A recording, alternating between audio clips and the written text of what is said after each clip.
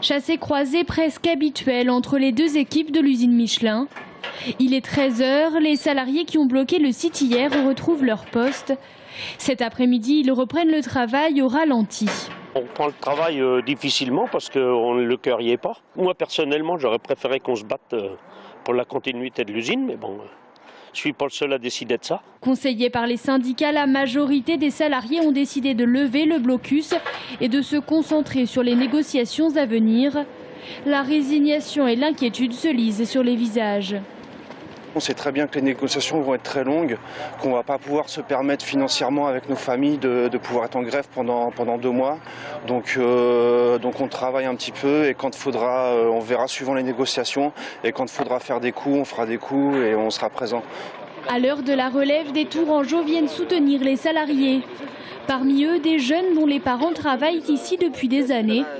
Ils ont créé un groupe de soutien sur les réseaux sociaux, un groupe qui rassemble déjà près de 1900 personnes. Ça va être toute une ville, toute une région qui va être touchée.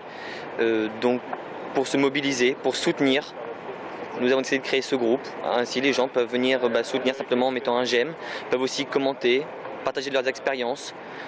Le but c'est d'avoir le plus de monde possible pour montrer à Michelin que nous nous mobilisons tous.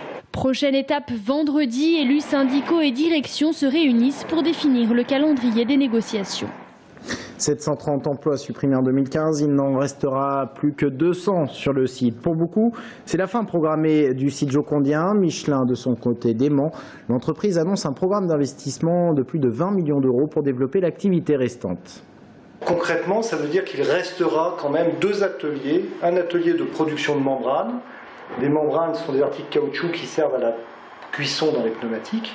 Et d'autre part, un atelier de production de tissus, c'est-à-dire en fait ce sont des fils métalliques ou textiles enfermés dans de la gomme, mais qui sert aussi à la production de pneumatiques.